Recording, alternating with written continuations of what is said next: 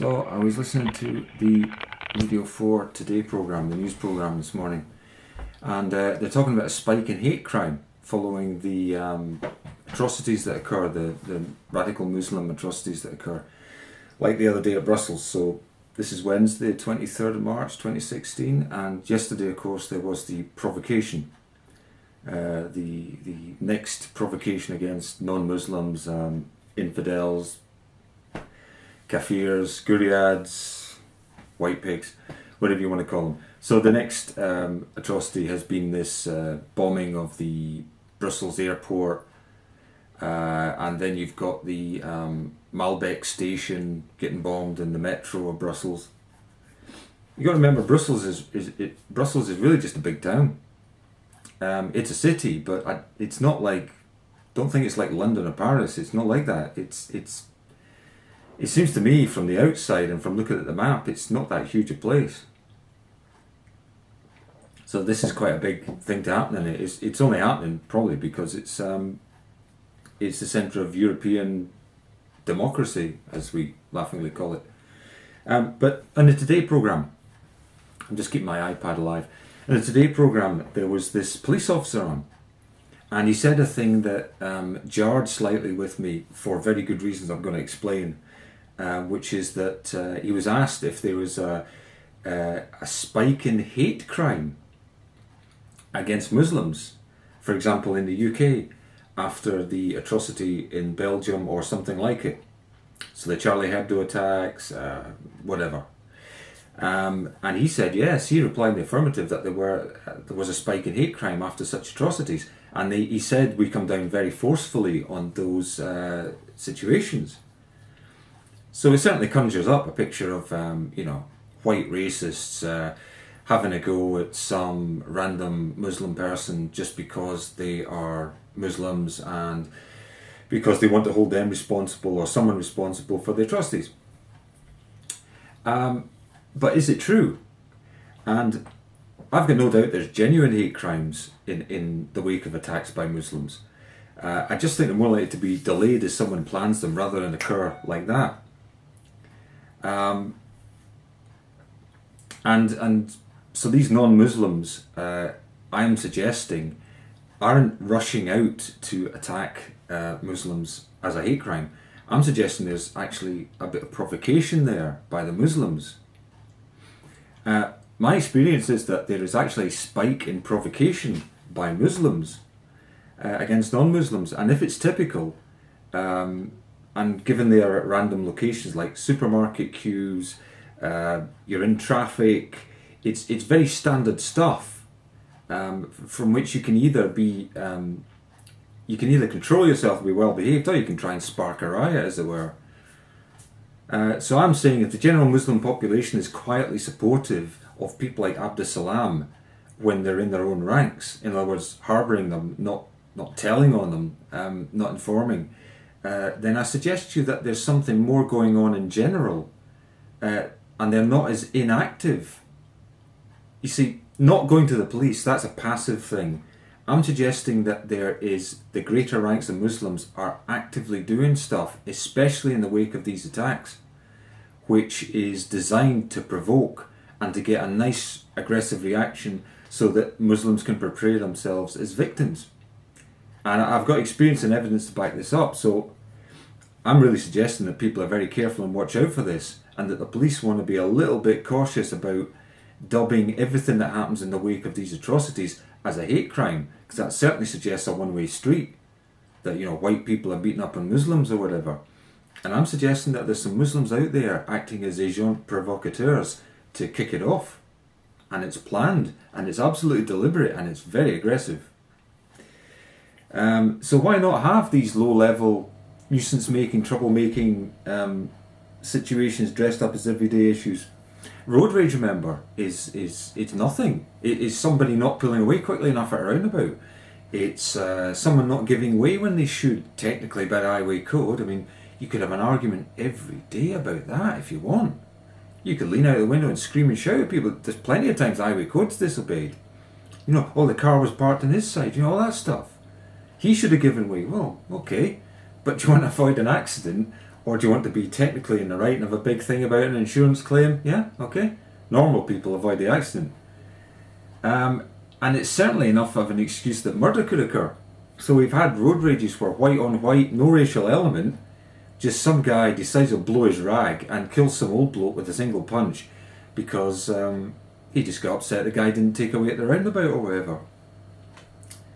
So I'm saying not only do they ask the greatest sacrifice of the few, but the Muslim commandants, or whatever you want to call them, I guess they're mullahs sometimes, these people are actually instructing the many to go out and get stroppy, because we could do with some positive headlines, as such as they might seem, that we're being attacked in the wake of these atrocities committed by Muslims in our name, but they're still Muslims. And so why not ask the greater Muslim population to do little provocative things that will then help the general picture of Muslims and non-Muslims being at each other's throats, and keep the aggression going, and make it look as though Muslims are suffering when in fact they are the ones who are provoking the actions. And I'm not saying it's always like that. There are no doubt times when non-Muslims are provoking Muslims. I'm just saying, I've got experience as a person who tries to avoid conflict.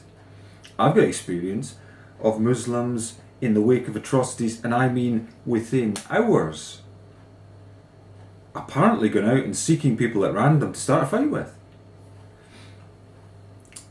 So what do these low-level attacks in the main consist of? I mean, basically it's been a stroppy and argumentative little git.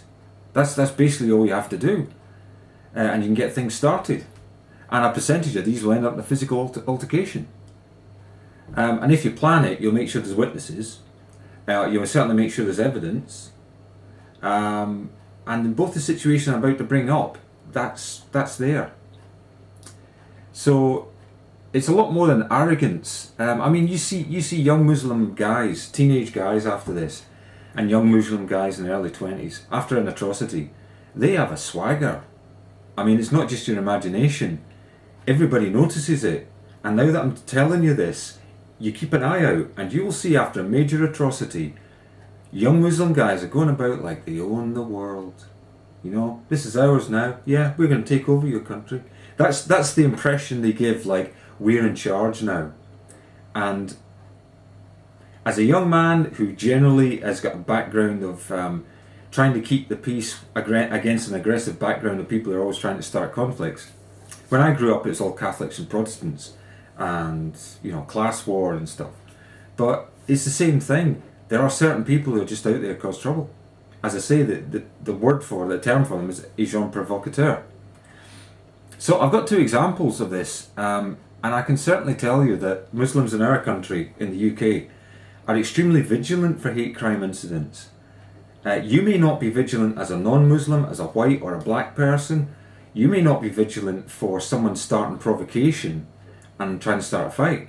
But a lot of the Muslim population are very vigilant for what they could categorise as hate crimes occurring in the wake of these atrocities. So I'm saying it's time to start questioning and keep your eyes open when you're a non-Muslim. So I've got here, is it far-fetched? It's amazing how you notice things once you're alerted to them. And these sort of situations can be planned for. And I have seen, in my own experience, I've seen middle-aged Muslim women instructing in their own language, Urdu or whatever it is, instructing the young man who in this case was coming on to me for a fight, instructing him to go harder. She must have been because he went harder, and on how to do it. So I mean, a good example of this occurring in general life without a racial element at all is Plebgate. There was a politician, a Tory politician, who in short allegedly called a copper a pleb at the bottom of Downing Street, and the copper had started this off by saying that he was on his bicycle when he shouldn't have been, this Tory politician. Turns out the copper's a bit of a union activist, a bit of a Labour guy, and basically this was useful to him at this particular time. He felt it to help the Labour movement. Now that was found out eventually, but it took a year or two to find it out. And it could just as easily have slipped by. And I don't like the Tories. But the fact is, that was a setup. That is an ambush, is what that is. So here's the two examples I've got that I've noted down here. and they're random meetings, and the only common factor is they both occurred on the day of an atrocity in Europe. So the first one is what I'll call the Asda ambush. There's a video elsewhere that details this, but there's an Asda just up the road on the Bradford Ring Road in West Yorkshire, where we have quite a lot of Muslim people. And in general, you meet Muslim people, they're absolutely fine. But there's obviously a significant number, not just a little number of people, the small number who are really deeply involved in radical extremist terrorism, but there's a slightly larger number than that, I've got to say, who are involved in general provocation, either a lot of the time or certainly in the wake of these events. Now, maybe it's that they're stirred up, but I think it's a little bit more planned than that. So the Asda ambush. I'm queuing up at Asda. There's a Muslim guy and his spouse are there. They've got a little kid. I'll get to the point. There's lots of other Muslims around, but not many other people. It's quite late at night. It was after the Charlie Hebdo event. The attack in Paris on Charlie Hebdo office. So they put their stuff on top of my food and bread and stuff, and they start patting down my bread and stuff with their t-shirts and kids' clothes. What happens is, I answer him back, I say, what's the game, more or less? And she said, oh, is there a problem? And she was all shitty about it. And this middle-aged woman comes up as I'm telling this guy, what's the game? And she obviously has a few words with him. I thought she was telling him not to be so stroppy. It was the other way around. So basically you get the situation, he ends up holding the baby, standing to within a couple of inches of me and saying the following words: you are a shit. You are a fucking shit. That's exactly what the guy said to me. Now, I didn't know the Charlie Hebdo thing had happened. I was under a car all week. I was changing timing belt or something. And I had no idea anything going on. I was just playing music all day, no idea. At 10 o'clock at night I go to Asda, and this is what kicks off. Now, that guy was plainly hoping I'd give him a punch in the mouth, which, to be quite honest, he deeply deserved. But he'd have been holding his kid. He literally took the child from the wife and then started calling me a shit. That is pre-planned. That is that middle-aged woman in the other queue who was telling all the other people there that I was some kind of racist. Now, my spouse is black and my kids are mixed race, so the general point is, I am a racist. I certainly don't have anything against individual cultures, but when I see a pattern of behaviour, I recognise it. So that's the first example. The other day, there's this ridiculous thing. I go to a particular dentist who's up a road. It's by Woodhouse Moor in Leeds. Hyde Park it's called. I normally call it Hyde Park. But there's always loads of double parking. It's Studentville, so there's always double parking.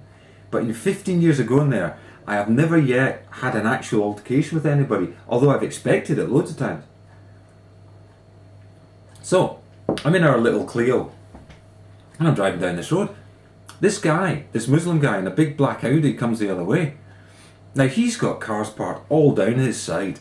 So really, he should have considered giving way. He's racing up doing like 40 miles an hour, maybe 45 in this very built up area.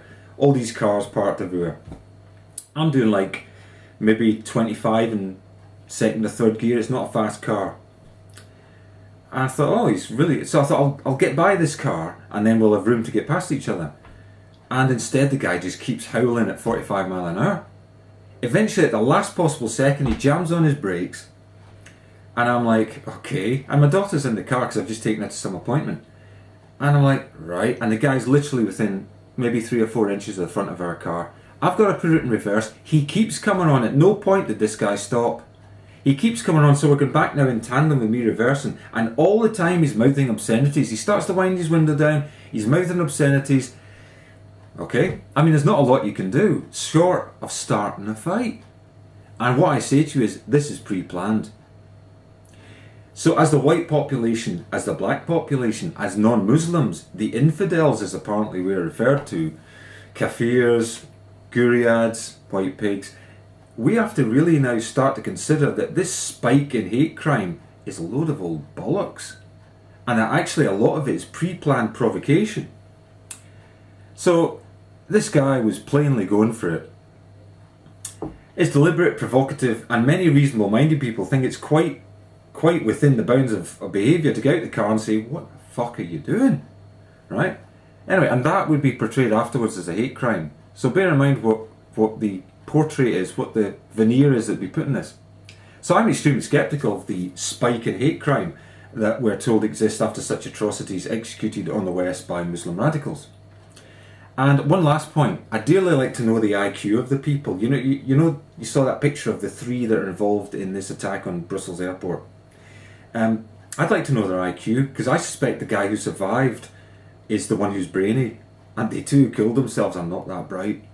And in fact, it turns out that this guy called, what's his name? His name is Najim Lasharawi. Najim Lasharawi, it's quite hard to spell. And he emerges as the bomb maker. So he probably is the brains. And I suspect they've had to bring this attack forward because it is connected with Salah Abdeslam, his capture from Maelbeek, where, of course, he was hidden for ages with people harbouring him and not saying anything. And they've had to bring an attack forward because they're frightened he's going to sing like a canary. So I think they were afraid the bomb-making materials will be found and the manpower, and especially that valuable bomb maker. Because you know that bomb makers quite often have missing fingers and stuff. Well, this guy's obviously quite a good one, because he doesn't. He was behind the bomb making, the Paris attacks as well. So as my minister would say to me as a boy, question everything. Now how many mullahs say that to the boys who are busy reciting the Quran all day? My minister said to question everything. I said, even the Bible. He said, yes, even the Bible. Right? How many mullahs are going to say that to their Muslim people who are busy praying all day and reciting this? That stops you from thinking about stuff, doesn't it? But my minister said question everything. And so I'm saying that it's a clear cycle. It's ambush, provoke, bitch. They ambush the random victim of their stroppy behaviour. They just get stroppy with people in any given situation and hope something happens. In other words, the opposite of what normal people would do. They provoke them to whatever extent they can in the situation they've got, and especially if it won't be provable later. When that guy called me a shit and a fucking shit while holding his baby boy, when he said that to me in the Asda queue in the supermarket up at Bradford, that guy said it quietly. So that if there are any audios on the cameras, they probably wouldn't have picked that up. Bitch about the incident that follows and try and make it appear as a racist hate crime. I'm saying it's completely fabricated, totally engineering these situations. Ambush, provoke, bitch. It's completely doable. Don't underestimate the deviousness or the lowness that these people will go to. Do not underestimate your enemy. I mean, I've seen this done by white people and other white people, and it's happened to me, done by white people, but I'm saying the coincidence of this is starting to be too much to bear. This is not coincidence.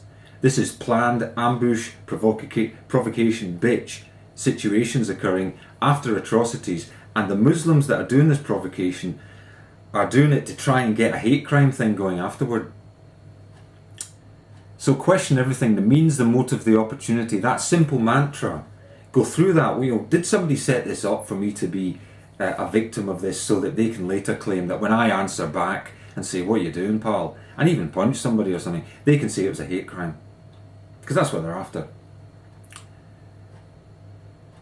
So any suitable thing or situation to hand, the queue in the supermarket, the traffic, being in a car, remember his car will have evidence of what happens because he probably got a camera on it.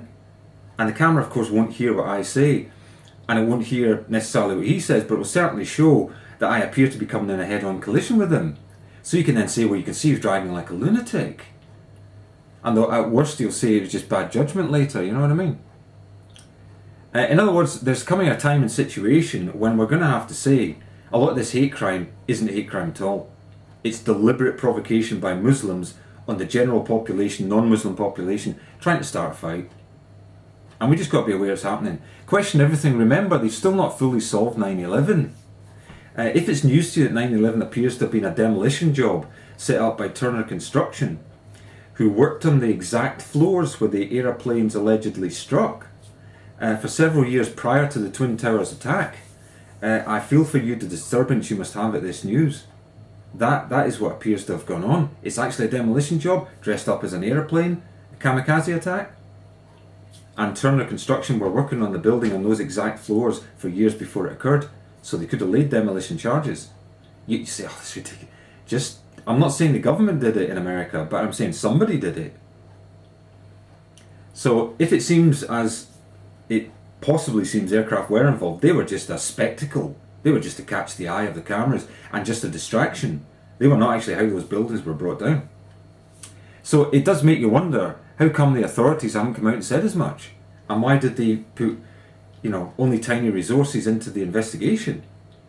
The investigation into Bill Clinton's affair got more money put behind it than the 9/11 investigation. The authorities are certainly not going to be solving what caused every incident dubbed as a hate crime to the nth degree.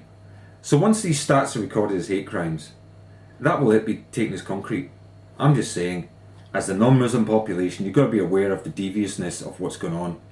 Not every Muslim's at it, but there's a larger number of Muslims than you suspect are trying to provoke and then have things recorded as a hate crime after these atrocities occur. And that's the opposite to what a normal person would do. If my kind caused atrocities, I'd be contrite afterward. What's happening here is the opposite. Muslims are getting aggressive afterward. Question everything. Thanks for watching and listening.